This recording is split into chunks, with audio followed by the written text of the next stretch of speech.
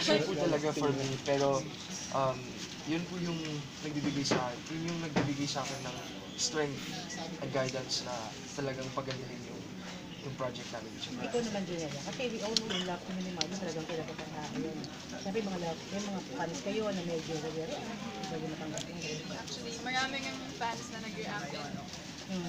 Hindi ko naman po may iwasan yun. Pero nakita ko naman po na may ibang fans na sasabihin nila susupport ng Do you experience the bash? How are you handling it? Oh yes, Yeah. yes po. How do you handle that? Hindi talaga nga maiwasan yun, but siyempre, it wasn't really our choice na to be put in the spot, pero yun nga, we just really want to share this very lovely story na makikita sa Born For You, and sana ma-inlove nga mga tao, mga viewers, kina Kevin at sa amin. Ano ba yung challenge na na-encounter niyo so far? Yung pinakamahirap na naging challenge sa paggawa niyo ng teleserye na ito, na Born For You? Nahirapan ba kayo sa... Siguro para sa akin, sa pamilya ni Kevin. Kasi si Kevin meron siyang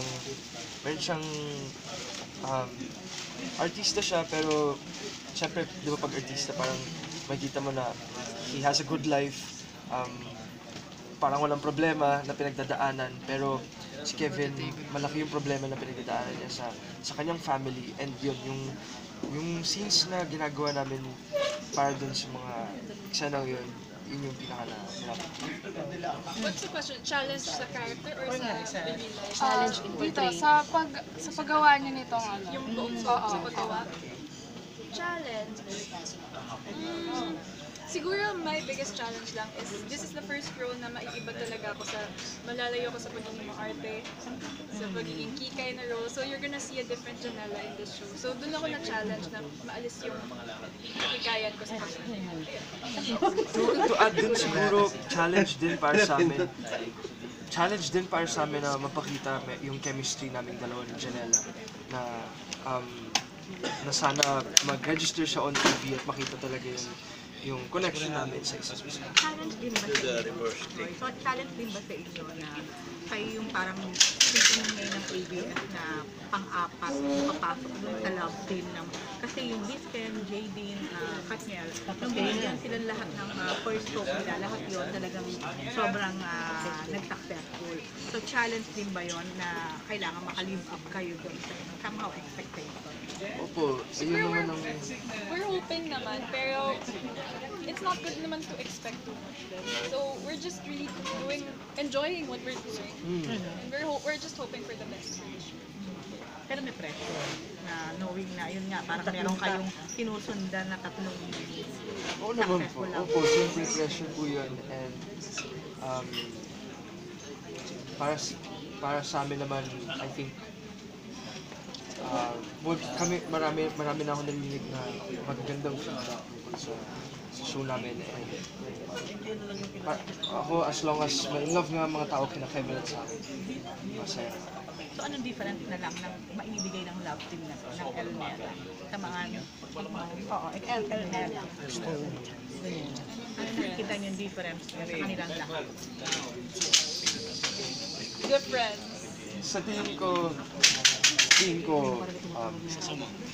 unique din kami, no? Unique din. How are you? Alam mo, anak kayo ng mga show.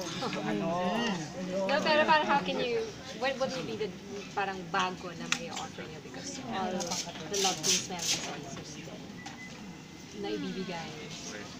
What, Tingin ko, alam niyo pwede yun eh, anak kayo ng mga showbiz royalty na rin. In a way. Isa rin yung said na iiba sa amin.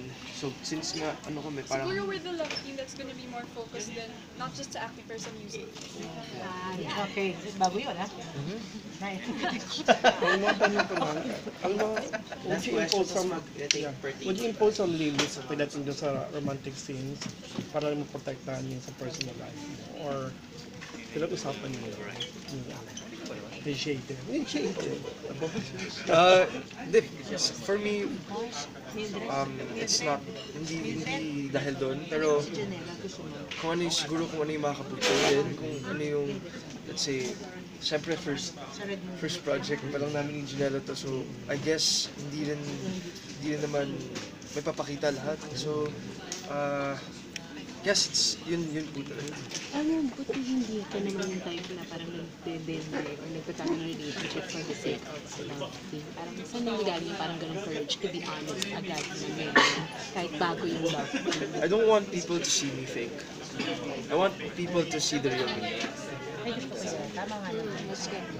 You Kasi respect ikaw that. no, pag meron, aminin mo. Diba? Kaya lang wala talaga yun. Feeling ko talaga na wala po talaga.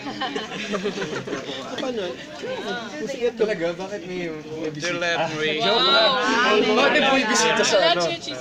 Pero mas ingat ka ba sa kilos mo with Janela? Siyempre, para hindi ka makakita or para hindi masabi